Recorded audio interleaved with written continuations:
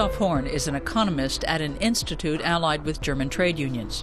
He wants to boost the Eurozone bailout fund to give Greece more cheap loans.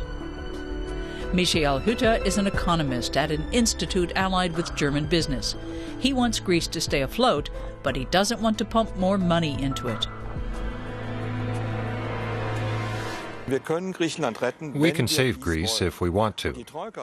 Basically, the international troika has to put Greece on the right track.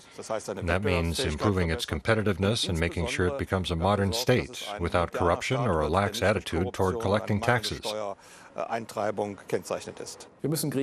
We have to keep Greece out of the capital markets for a lengthy period, for a decade. Greece has a double restructuring problem: public finances and public policy on the one hand, and on the other hand, the competitiveness of the economy. What are the options for saving Greece, whose main industries are tourism and agriculture?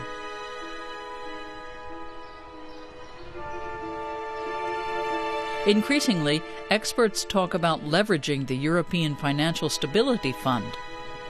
But what does that mean? And how does it work?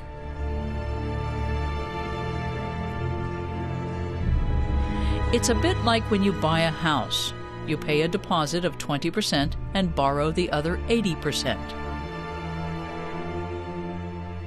In Greece's case, the EU would put up 330 billion euros as security and borrow 2.64 trillion euros.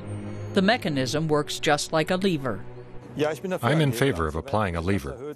It would increase the firepower of the European Financial Stability Mechanism because it enables you to leverage the funds that have already been provided and use more money to buy up government bonds. I think it's irresponsible to increase the size of the EFSF again. It will result in a political debate that overstretches and overloads Europe. We've already seen evidence of that in Germany and in other countries. It's not politically viable. Aside from how much money to provide to rescue Greece, there's another unanswered question. How can Europe avoid a repeat of the Greek crisis? One proposal is a two-track Eurozone, separating stronger and weaker states.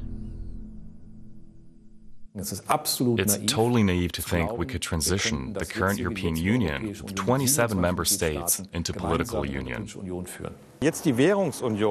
the Eurozone into core and peripheral states is a bad idea. It would immediately set off a big wave of speculation against the peripheral states.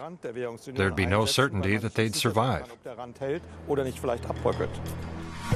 Two economists, two different views.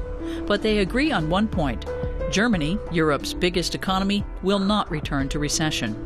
Business is booming, and although the growth forecasts could be better, they're still in positive territory.